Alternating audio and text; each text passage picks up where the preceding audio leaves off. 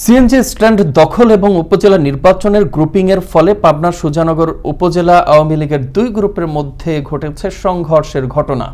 এতে উভয় পক্ষের আহত হয়েছে অন্তত 20 জন।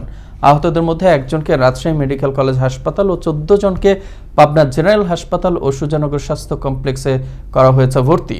গেল শুক্রবার বিকেলে ও শনিবার সকালে উপজেলার সাতবাড়িয়া ও মানিকহাট ইউনিয়নে ঘটে এমন ঘটনা। বিষয়টি নিশ্চিত করে পাবনা সুজানগর থানার ভারপ্রাপ্ত কর্মকর্তা জালাল উদ্দিন জানান, দুটি ঘটনার উভয় পক্ষের অভিযোগ তিনি পেয়েছেন এবং তদন্ত করে নেবেন আইনগত ব্যবস্থা। সিএনজি মাস্টারি নিবে 80 লিটার কবির ফেলতো মতিনি কইতো প্রতিদিন কইতো তোরা একদিন খাও এর একদিন দে। আমরা সিএনজি স্ট্যান্ড দখল করব, ওইটা মনে করে অতর্কিত ভাবে আসি আমাদের উপরে হামলা করছে। তো ওরা মনে করছে কি আমরা সিএনজি দখল করতে গেছি, পরে ওরা আসি আর রাম ডাউন নিয়ে আসি ফরিদ